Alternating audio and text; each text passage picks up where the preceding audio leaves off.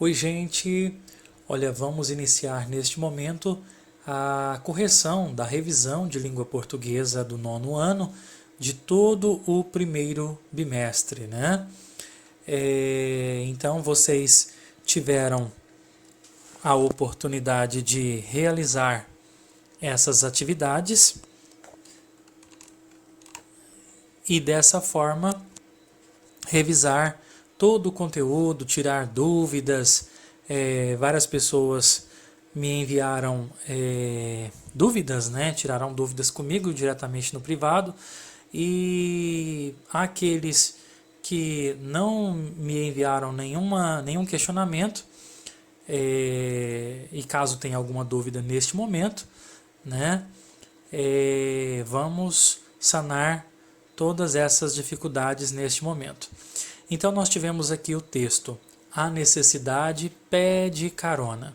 Eu vou fazer a leitura do nosso primeiro parágrafo apenas para nós contextualizarmos do que nós estamos falando. Preguiçosamente esticada sob o sol do Vale do Rio Doce, encontra-se Guanhães, cidade bela e hospitaleira, rodeada por verdes montanhas, premiada com rios, lagos e cachoeiras e dona de natureza preservada, onde ainda se encontram animais selvagens como lobo-guará, tamanduás e jaguatiricas. Então nós temos aqui uma apresentação da cidade, né? Fala que ela tem clima ameno, a questão da quantidade da população de 31 mil habitantes, né?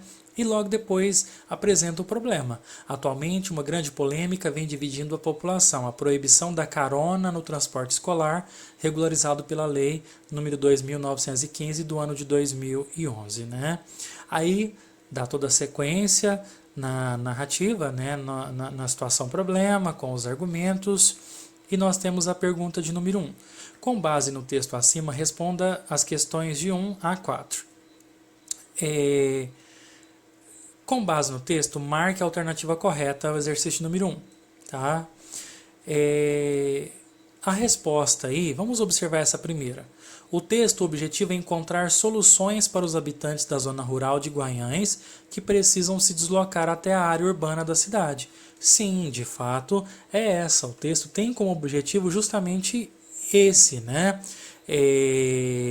Fazer um apanhado de informações, né, e encontrando soluções para que os habitantes eles consigam se deslocar até a área urbana da cidade. Então, letra A, ok?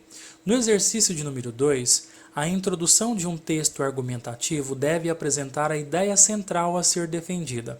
Relendo o primeiro parágrafo do texto, a necessidade pede carona, pode-se dizer que o objetivo de argumentação está em qual frase? Né? Então, onde mostra de fato uma argumentação, né? Uma defesa, um ponto de vista de quem está produzindo o texto. É lá na letra D. Entretanto, em meio a tanta beleza, alguns problemas que afetam todo o Brasil também nos afetam. Por exemplo, a questão da ineficiência do transporte público. Ele faz uma crítica, né? Então, dessa forma, com essa crítica, ele quer apresentar a ideia central a ser defendida. Né? No exercício de número 3, ainda referente ao primeiro parágrafo do texto, marque a alternativa que apresenta os aspectos abordados pela autora para introduzir seu tema. Então, pessoal, ela utiliza o quê? A apresentação da cidade onde ocorre o problema. Então ela faz toda a contextualização da cidade, né, para depois mostrar o que está acontecendo de problema naquela cidade. Então nos primeiros parágrafos ela fala disso, a apresentação da cidade, ok? No exercício de número 4, o texto dissertativo argumentativo tem como principal objetivo expor ideias, teorias e conceitos de maneira o quê? Persuasiva. O que é persuasiva? Para tentar convencer o leitor. Por isso que ele é dissertativo argumentativo. Ok? Então é persuasiva, letra C. No exercício de número 5, em qual das orações a seguir o predicado está corretamente sublinhado?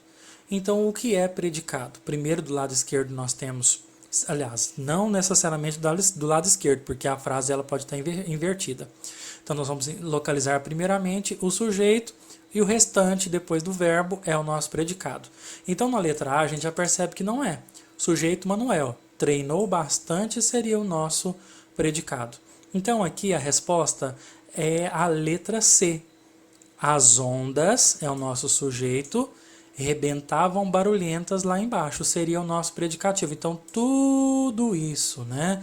Lá embaixo rebentavam barulhentas. Então, se nós colocarmos essa frase na ordem direta, sujeito e predicado, ela fica dessa forma. As ondas rebentavam barulhentas lá embaixo, né? Então, ela ficou aqui invertida. É um peguinho aí nessa número 5. Então, a resposta é a letra C. Número 6. Analise a oração e identifique o sujeito. Essa também é uma frase difícil, porque muitas das vezes nós temos que fazer a pergunta para o verbo, né? Para poder identificar. Porque tem muitas informações. Em uma confeitaria, certa vez, ao meu amigo Castro, contava eu as partidas que havia pregado, as convicções e as responsabilidades para poder viver. Vamos localizar, primeiramente, os verbos, para a gente fazer a perguntinha para o verbo. Em uma confeitaria, certa vez, ao meu amigo Castro, então contava, nós temos aqui o nosso primeiro verbo. Contava eu as partidas que havia pregado, as convicções e as responsabilidades para poder viver. Viver também. Quem é que contava as partidas que havia pregado, as convicções, as respeitadas para poder viver? Eu, né? Então a letra D, eu, ok?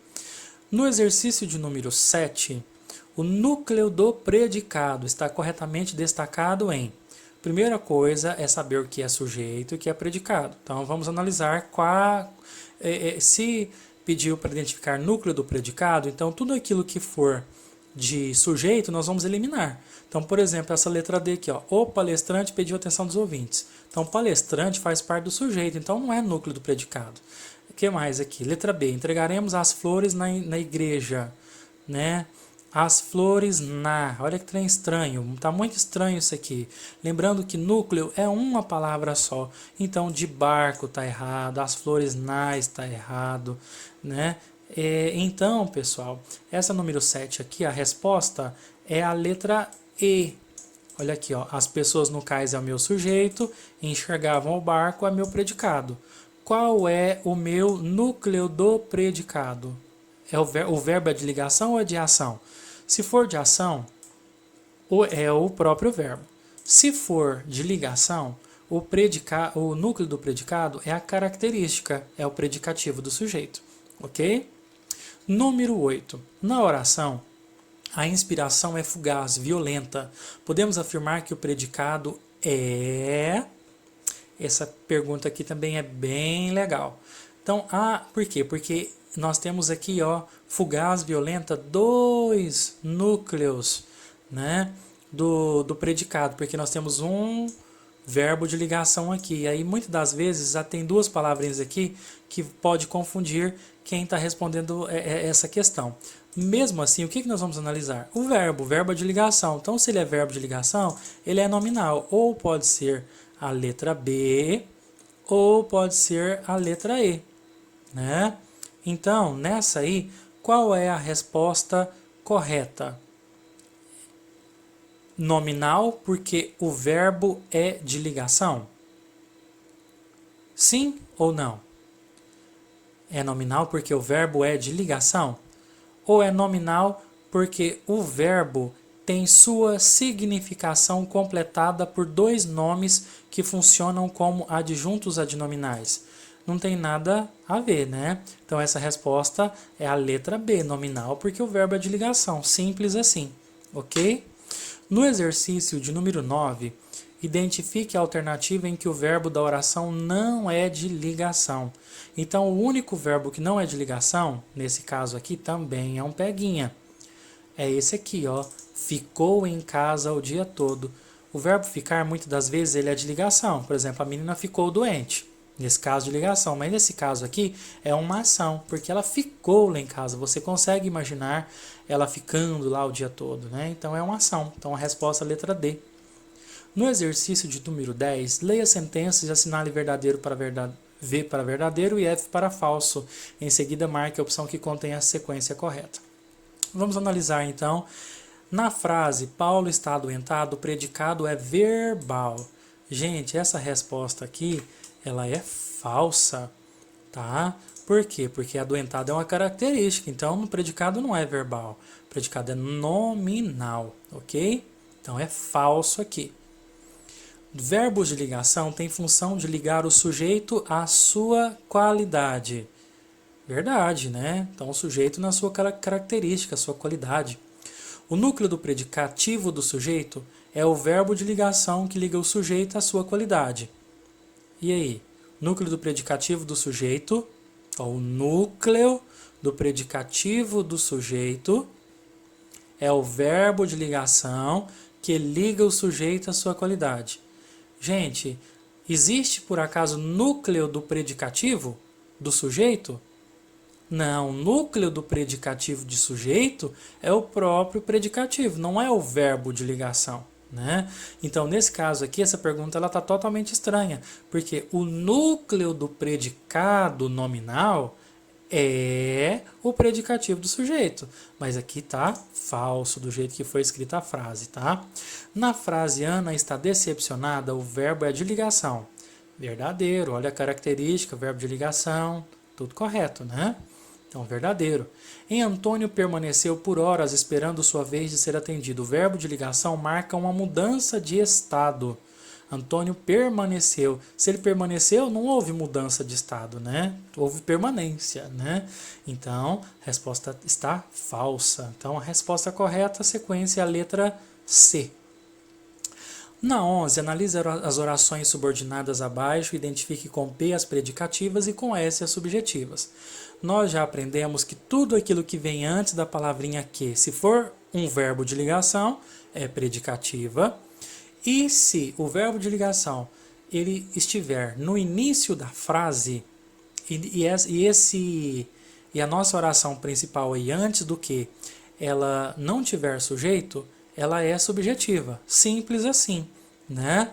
Então, por exemplo, aqui, convém que seja feita uma boa escolha. Então, antes da palavrinha, convém. Convém o quê? Eu não sei. Então, não tem sujeito, ela é subjetiva. Foi divulgado que não haverá aula.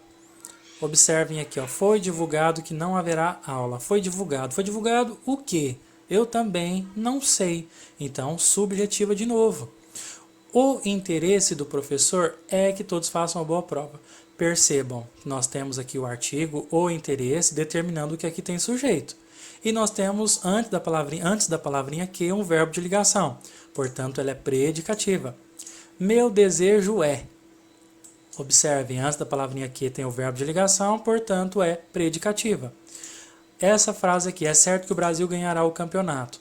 Antes da palavrinha que, não tem verbo, o verbo veio lá no começo. Quando o verbo de ligação ele estiver no começo, nós temos aí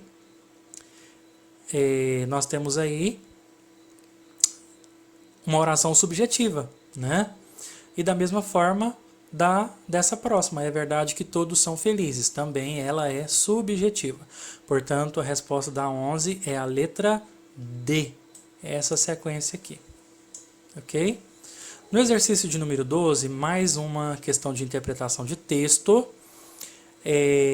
De acordo com o texto, a definição de asteroide é corpos formados por restos de planetas. Simplesinha essa questão aqui. Na número 13, explique a diferença de sentido entre os pares de orações adjetivas. Os idosos que gostavam de dançar se divertiram muito. Os idosos que gostam de dançar se divertiram muito. Nesse caso aqui, pessoal, a vírgula faz total diferença. Eu já expliquei para vocês que quando nós tivermos aqui uma vírgula, ela é explicativa e significa todo mundo. Quando eu não tiver a vírgula, ela é restritiva, que significa apenas algumas pessoas. Entenderam? Por que é restritiva? Por exemplo, se eu falo para vocês assim, a festa que eu vou fazer, ela é restrita apenas aos meus amigos. Significa que todo mundo vai? Todas as pessoas da cidade, por exemplo? Não, apenas alguns. Por isso que é restritiva. E quando tem vírgula, significa todo mundo e ela é explicativa. Então, os idosos que gostam de dançar se divertiram muito. O que significa? Que significa que todos os idosos se divertiram muito e todos gostam de dançar. Já na número 2, quem é que gosta de dançar? Na verdade, quem é que se divertiu muito? Apenas aqueles idosos que gostam de dançar. Não foram todos os idosos, apenas aqueles que gostam de dançar. OK? Um abraço a todos vocês. Qualquer dúvida, eu estou à disposição.